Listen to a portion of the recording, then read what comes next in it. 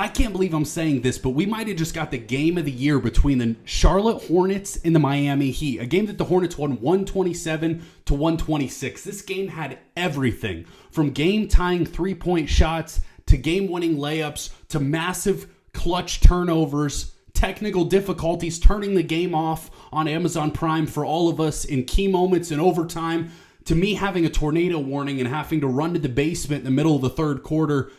This game was unbelievable, and it reminds us why the NBA playoffs are peak.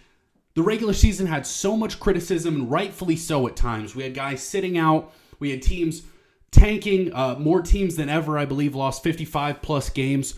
But when we get to playoff time, we are reminded quickly why the NBA is so entertaining and what it can be at its greatest form. Tonight, we got an incredible game between the 9 and the 10 seed in the Eastern Conference. The winner of this game just gets to play another play-in game between the loser of the 76ers and the Magic for a chance to be the 8 seed in the Eastern Conference. Yet if you watched it, you would feel like it was about Game 7 of the NBA Finals with the way that the Charlotte fans were reacting, the way that the players played so hard. We saw Bam Adebayo leave this game with an injury, which obviously sucked. But we saw some crazy performances in this game. So let's start at the end. Coby White, at the end of the fourth quarter, the Charlotte Hornets are down 3 with about 10 seconds left. Coby White hits one of the most insane fadeaway three-pointers in the corner that you're ever going to see to tie the game. Tyler Herro takes a shot that could have won it. He misses it. Game goes to overtime. In overtime, it looks like the Charlotte Hornets have gained control of the game. And they take a 5-point lead with about 30 seconds left after a Lamelo Ball layup, which is right where the technical difficulties happen. We all missed that layup, so I don't even know what happened there, but it says on ESPN that Lamelo Ball made a layup. So then the Heat go down. Tyler Herro hits an unbelievable three-point shot to bring them within 2, and Lamelo Ball proceeds to have one of the worst turnovers you're ever going to see to give the Miami Heat a chance. Tyler Herro runs out to the three-point line and gets fouled, I believe it was by LaMelo, and hits all 3 free throws to leave the game, the Heat up 1 point with just a couple seconds left, where LaMelo Ball then makes up for his grievous error, his turnover and his foul in the corner, and goes down and hits an unbelievable layup to win the game, where the Heat run down, they get a last-second shot, but it's no good, and the Charlotte Hornets are advancing to the next play-in game. This game was unbelievable if you're a Charlotte Hornets fan, because a lot of the things that you've loved about your team this year really did not come to fruition tonight. Kon Knueppel got benched in this game. He was 2 for 12, played 34 minutes. Down the stretch when the Hornets needed that 3 at the end of the fourth quarter, Kon Knueppel wasn't even in the game, and he didn't play in overtime. Partly because Coby White was so good, Miles Bridges, Brandon Miller, and LaMelo had 30, even though he was 2 of 16 from the three-point line. This really encapsulates a lot of what Charlotte Hornets basketball has been about this year. It's been one of the most fun teams in the NBA to watch. They have so many electric, entertaining basketball players that can do so many things. They're so flashy. And LaMelo Ball, he's one of the most interesting players, in my opinion, to cover or have an opinion on, because sometimes when you watch him, he does things on a court that are so impressive that very few guys in the NBA can do. Very few guys in the world, obviously. Like in overtime, he broke down the defense and then had a nasty lob to Brandon Miller, who cut in from the right corner, alley-oop dunk.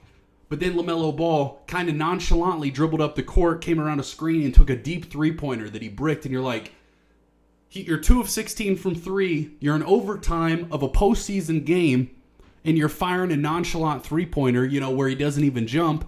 And he bricks it hard. You're like, what are you doing, LaMelo? And then he comes down and throws that great pass to Brandon Miller. And then later in the overtime, he hits a layup that we didn't see because of the technical difficulties, which Amazon, you cannot let that happen again, especially in overtime. The NBA right now, again, has had so much criticism from the media, from the fans, from social media, from the commissioner regarding the tanking and some of the quality of play this year. The playoffs will remind us what we love about the NBA, and because of the accessibility from Amazon, from Peacock, some of the ratings have been up. Well, you're going to be in the national spotlight. Amazon, you cannot let that happen again. But the Hornets, or LaMelo Ball specifically, he makes these terrible plays, and then he makes these incredible plays to somehow, ice the game with that game-winning layup. Brandon Miller was awesome. I'm a huge Brandon Miller fan. He had, maybe not off the court, but on the court, 28 points, 10 of 18 from the field, 9 rebounds. Excuse me, that's Miles Bridges. He had 28, 9, and 3 blocks. Also a guy not great off the court. Brandon Miller had 23 points, 5 rebounds, 5 assists, and 2 blocks. Kon Knueppel, like I said, 2 of 12, got benched late in that game. It'll be interesting to see. One of the interesting talking points is because of the Luka Doncic appeal to see if he qualifies for these postseason awards, the award voters have not received their ballots yet. They'll be receiving them on Thursday, which means that normally those awards are supposed to be strictly for the regular season, but because there's a game in between, you wonder if there's any human nature that's going to hurt Kon Knueppel in that race and make a few voters sway towards Cooper Flagg for Rookie of the Year. I hope that is not the case, but it would just be interesting if that has any effect over it. But Kon Knueppel struggled. Coby White, 19 points, 5 rebounds, 3 assists, a plus 21 for the game. And he was really one of the big differences because when you look at the plus minus, Lamelo Ball was plus 15, but Kon Knueppel was minus 20. Diabetes, I struggle saying his name. Diabetes was a minus 17. He had 8 points, 14 rebounds. He was playing through an injury, but minus 17. Coby White was really the difference in the game. And I think when you look at all the things that this Hornets team does really well and the way that they've built this roster and why they have one of the best records in the NBA since the All-Star break is because of that depth at guard. You have Lamelo Ball. You have Coby White. Kon Knueppel, obviously, has been great this year. Brandon Miller is your wing. And then Miles Bridges is a really good basketball player.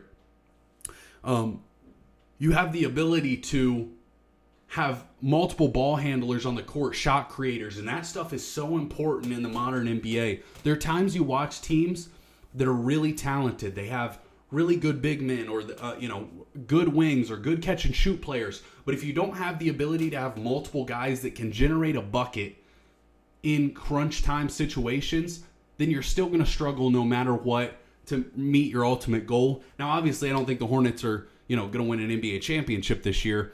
But taking a step forward from the previous few seasons, their records over the last 4 years, I have it here on my phone. They went 27-55, then 21-61. Last year they were 19-63, and this year they're 44-38, and obviously just won their play-in games. So you see massive improvement from the Hornets this season, and they're a team that we really want to be good. Obviously, their crowd's incredible, their jerseys, the aesthetics, the energy. They're just a fun basketball team to watch.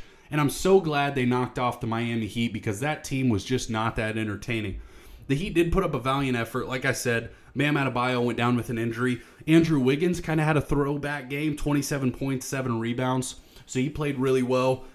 Down the stretch, Tyler Herro hit some big shots, 23 points, 6 assists.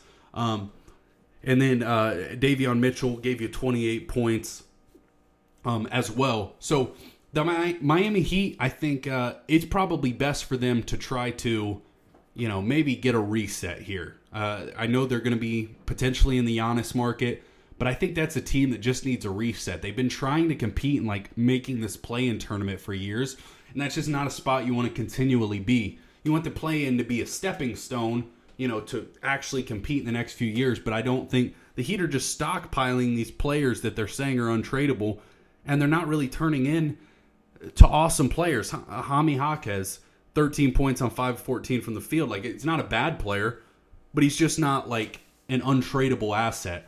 All in all, I don't think the Miami Heat, I don't really know where they're going as an organization. We'll see if they make any massive moves in the offseason. But all in all, this game to me was about the Charlotte Hornets and about joy of the game of basketball, how much different it looks immediately when the game matters, how much different it looks than the regular season did, especially over the last couple weeks, because I'm not going to lie to you, I love the NBA as much as anybody, but it has been a brutal watch over the last couple weeks watching some of these tanking teams lose on purpose, watching guys sit their players because, they've already locked in a playoff spot, and I'm not even mad at any of the teams for doing that. It just makes it to where it's hard to watch. But when you see basketball at its top form and competitive and guys really giving their all, you get games like this, and this is massive for the NBA. This playoffs has a chance to do incredible things because you have huge cities that are going to be represented on this playoff run. The Eastern Conference, you got Boston, New York, Detroit, you got Cleveland, Atlanta, some teams that there's going to be a lot of energy surrounding in the Eastern Conference, and Charlotte's just going to add to that. Their fan base deserved this win. It was electric to see. You could see how excited all the fans were and the players were. But all in all, incredible start to the play-in. We'll see if they face the Sixers or the Magic in the game to get that 8 seed. But what a great showing for the NBA other than those technical difficulties.